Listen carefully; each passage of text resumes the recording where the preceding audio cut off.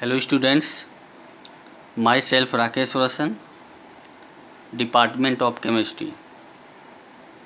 Today we are going to study Chemistry of Class 7, Chapter Acids, Bases and Salts. आज का topic है neutralisation in everyday life.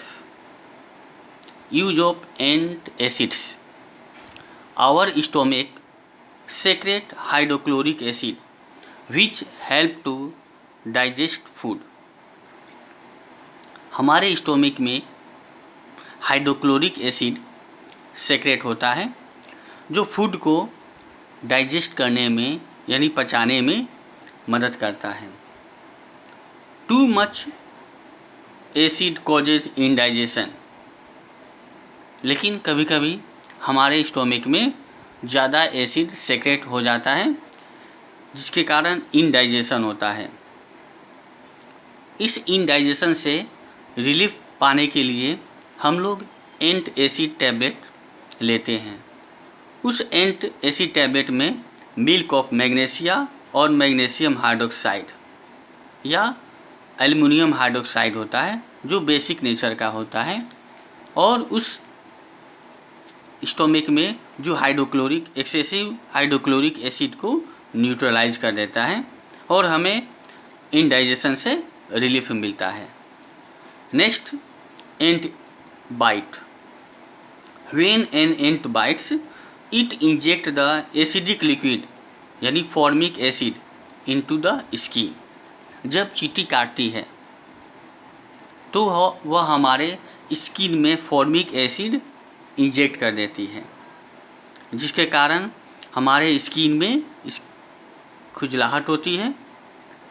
The effect of the acids can be neutralize by rubbing baking soda, sodium hydrogen carbonate और calamine lotion which contain zinc carbonate on the effected area.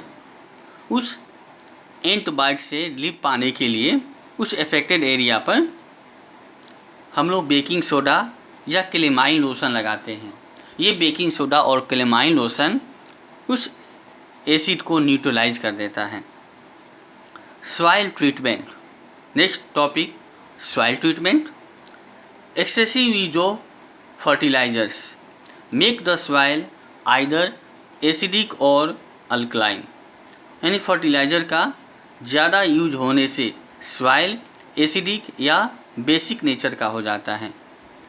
यदि soil acidic और basic nature का हो जाता है तो plant का growth सही तरह से नहीं होता है.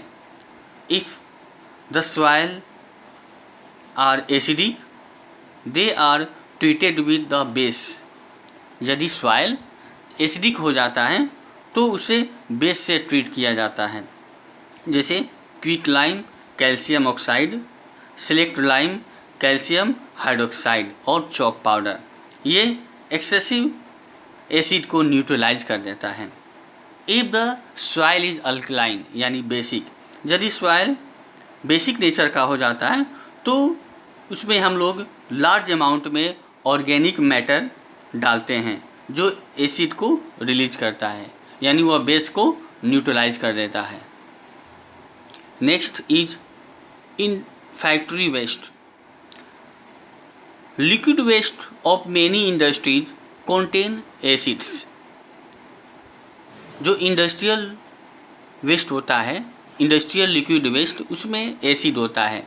यदि उस लिक्विड वेस्ट को हम लोग किसी भी वाटर बॉडीज में फ्लो कर देते हैं तो they kill fish and other aquatic animals, जिसके कारण बहुत से फिश और अदर एक्वेटिक एनिमल्स मर जाते हैं.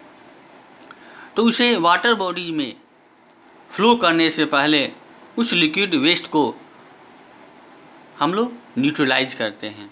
यदि एसिडिक वेस्ट होता है तो उसमें हम लोग बेस डालते हैं.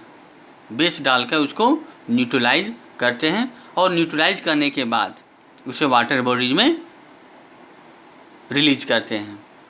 तो ये हो गया हमारा न्यूट्रलाइजेशन इन एवरीडे लाइफ.